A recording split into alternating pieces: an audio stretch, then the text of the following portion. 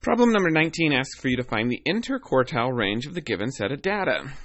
In order to do so, it would be very helpful for this data to be in numerical order. So I see my lowest number is 2, and I like to use check marks because by using check marks, if I make a mistake, I can easily go back and X my checks. But if I mark through my number, it's going to be a little bit more confusing for me to figure out which numbers I've used and which ones I haven't, and what the original number was underneath if I'm a heavy marker. So this is just an alternative way to keep your data organized, letting you know which ones you've used and not used. So 3, 4, 5, looks like 8 is next, 9, 12, and 21. So now we have all of our data in front of us, and we have 1, 2, 3, 4, 5, 6, 7, 8 terms, which means that my median is going to be this value right here in the middle. Now normally I would calculate the median, but since we're only looking for interquartile range, I really don't need it for this particular problem. I just needed to know where it was so that I know my upper set of data is these top 4 numbers. So my Q3 now is going to fall in the middle of the top 4 numbers, so between 9 and 12. And we already know that 9 plus 12 is going to give us 21. 21 divided by 2 would be 10.5. And so next I'm going to look at my lower half of my data. I have 4 numbers again, so I split the middle 2 in half. And 3 plus 4 is 7, divided by 2 is 3.5. And so I will subtract 10.5 from... I'm going to subtract 3.5 from 10.5. In other words, 10.5 minus 3.5 equals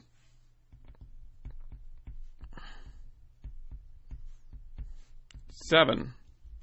And so my IQR, which is my Q3 minus my Q1, equals 7.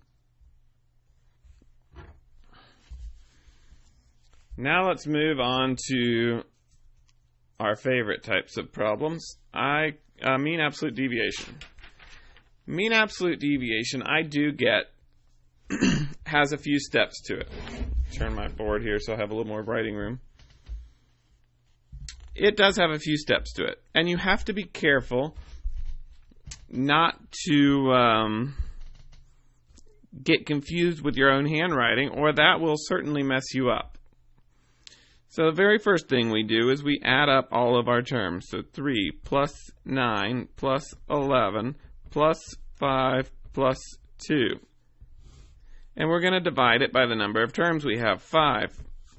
And you will recall from class, I've told you that you can find the average this way. You don't necessarily have to show this first step, but I do want to see 3 plus 9 plus 11 plus 5 plus 2. I want to see this step, 30. That tells me that you think the top value of those numbers equals 30, and you're dividing by 5.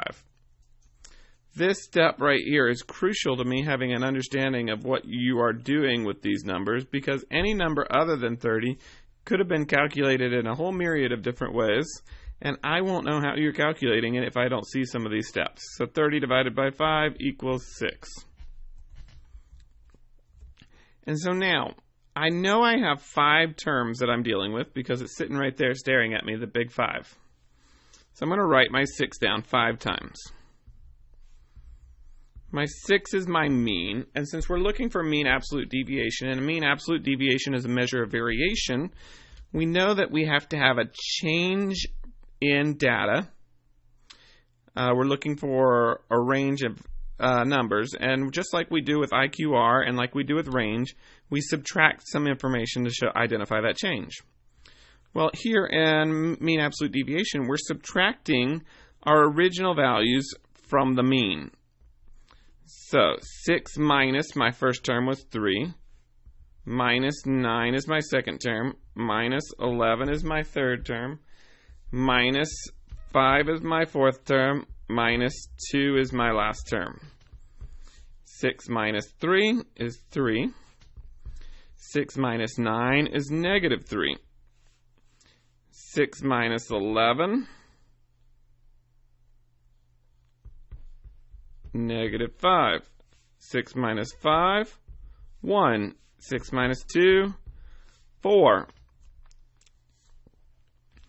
And so my very next step, let me move up a little bit so you can see all that. My very next step is to take the absolute value of each of these terms. So the absolute value of 3 equals 3. The absolute value of negative 3 equals, well, that's also 3. The absolute value of negative 5 equals 5. The absolute value of 1 equals 1. The absolute value of 4 equals 4. All right. We found the mean. We found the deviation. We've taken the absolute value of the deviation. And now I need to do something with these remaining numbers, 3, 3, 5, 1, and 4. So our last step is to again find its mean. So 3 plus 3 plus 5 plus 1 plus 4. And we still have 5 terms. This number here should match this number here because we are dealing with the same 5 terms in their data.